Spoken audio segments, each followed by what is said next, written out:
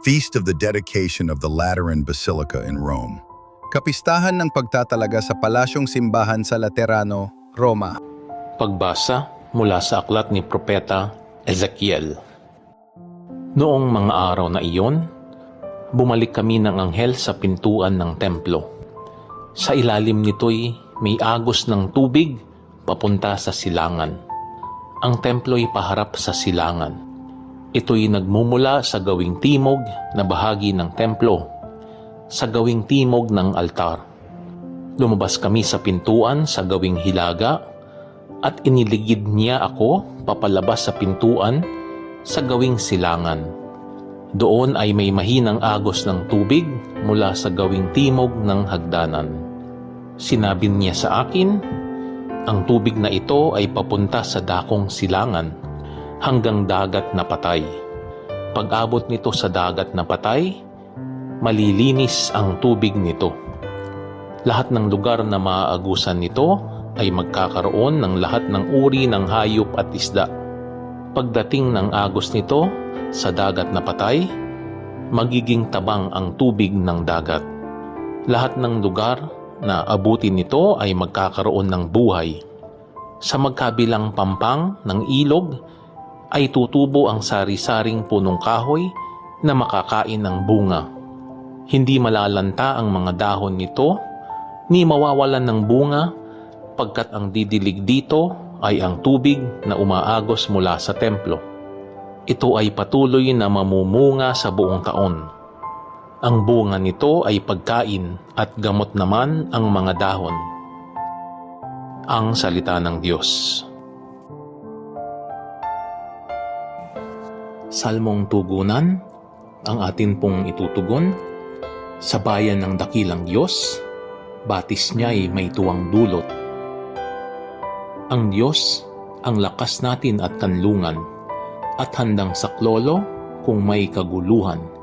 Di dapat matakot, mundo'y mayanigman, kahit na sa dagat, ang bundok mabuwal. Sa bayan ng dakilang Diyos, batis niya'y may tuwang dulot. May ilog ng galak sa bayan ng Diyos. Sa banal na templo'y ligaya ang dulot. Ang tahanang lungsod ay di masisira. Ito ang tahanan ng Diyos na dakila.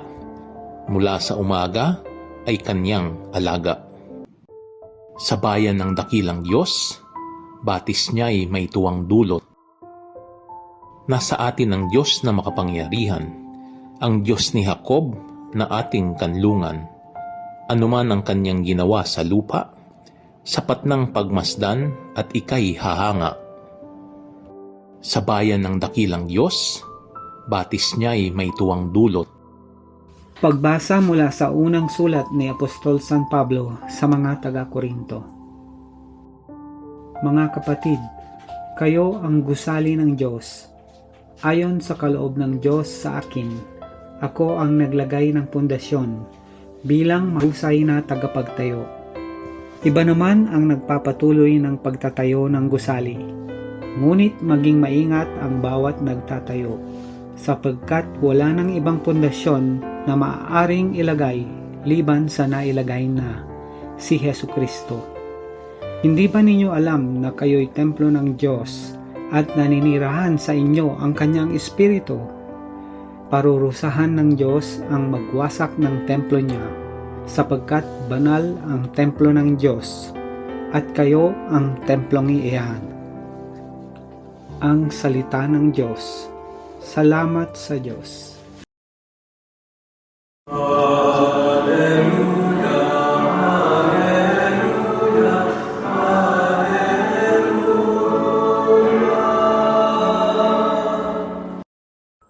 Ang mabuting balita ng Panginoon ayon kay San Juan. Malapit na ang Paskwa ng mga Hudiyo kaya't pumunta si Jesus sa Jerusalem. Nakita niya sa templo ang mga nagbibili ng mga baka, mga tupa at mga kalapati at ang namamalit ng salapi. Gumawa siya ng isang panghagupit na lubid at ipinagtabuyang palabas ang mga mangangalakal, pati mga baka at tupa. Isinabog niya ang salapi ng mga namamalit at ipinagtataob ang kanilang mga hapag.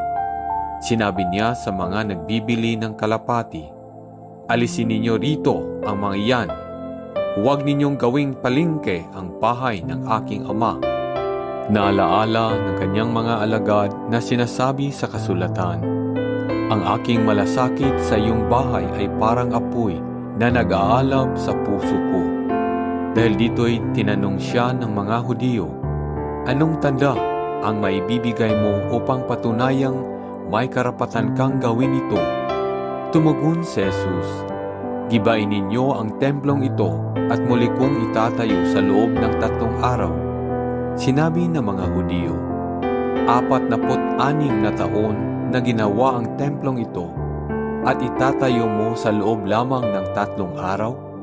Ngunit ang templong tinutukoy ni Jesus ay ang kanyang katawan. Kaya't nang siya'y muling mabuhay, nalaala ng kanyang mga alagad na sinabi niya ito at naniwala sila sa kasulatan at sa mga sinabi ni Jesus. Ang mabuting balita ng Panginoon, pinupuri ka namin, Panginoong Hesukristo.